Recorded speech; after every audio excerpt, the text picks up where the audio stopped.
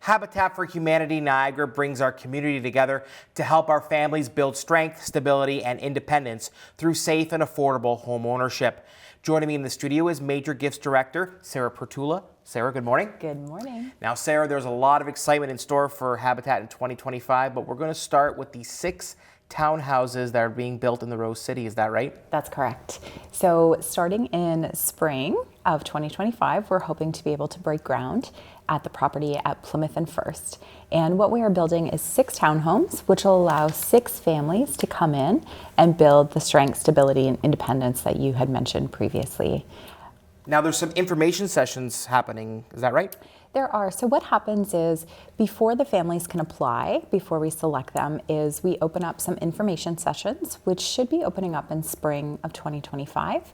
Families can come in, they can learn how they can qualify for a mortgage and what owning a Habitat home entails, because there's a lot to it. So families have to qualify, and then they have to complete 500 hours of volunteer service in the restores or with Habitat, and they also have to go through some courses that we provide for them. So financial stability, we talk about mortgages, we talk about how to be a good neighbor, how to keep up your home. Now, you bring up the word mortgage.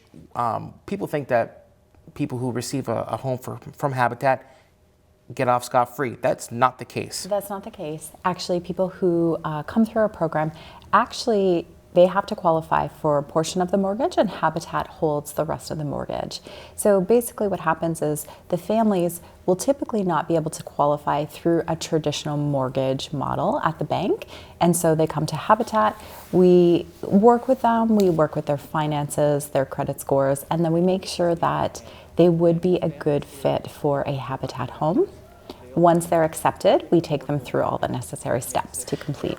Sarah, I was in Thorold last May or June when you had an opening. It's kind of cool to see that key go to a family. Would you agree? It's pretty impressive, and it's extremely overwhelming for the families to realize that, hey, they actually have a home where they can call their own. They don't have to worry about renting anymore. They don't have to worry about changing locations. They can just call this space their own. Now, why Welland? You could have picked any other municipality, but why Welland this time? Sure. Sometimes municipalities actually provide us with land. Sometimes we're able to purchase land for a discounted rate. And so we have this property in Welland where we're able to put 6 townhomes. And then on a second piece of the property, a little bit further out, we're able to put 3 additional townhomes. So at the end of the project, there'll be 9 townhomes total, but we're going to start with 6.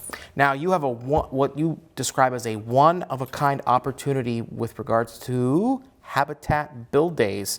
Tell me a little bit more about these Habitat Build Days. So Habitat Build Days are really fun. They're always our most popular fundraising initiatives. Habitat Build Days take teams of 6, usually corporations, but sometimes we have friends and family that join.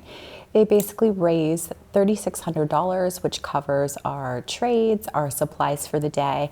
They have a team leader on site, and they'll walk them through the project to help build the home. So it could be something like painting, it could be laying floor, it could be doing insulation.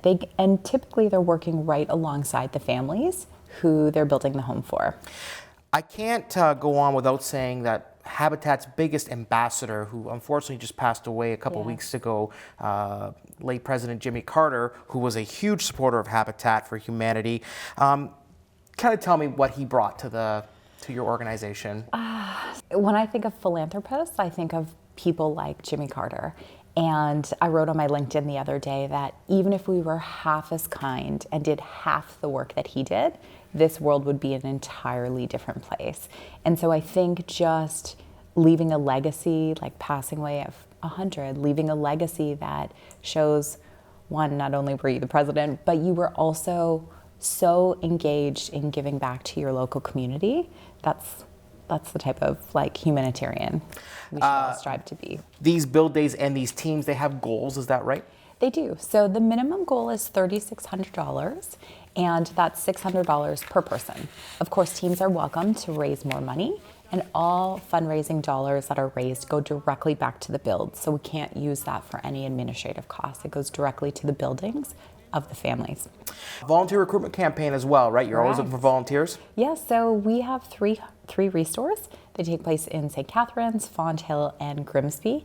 The restores are our social enterprise model of Habitat for Humanity. And basically what they do is they fund our administration costs. People can donate to the restores by giving away furnitures, old kitchens. So instead of going into the dumpsters, they can send it to the restore. The restore will resell it, and that'll help us to carry out and deliver the programs back into the community. And you even have some people who are just donating themselves through a third party, i.e., you Correct. said in the green room, a Yes. lemonade stand, perhaps. Yes, so we have lots of people that want to help Habitat in many different ways. Sometimes it's not a build day, sometimes it's something that's very meaningful for them.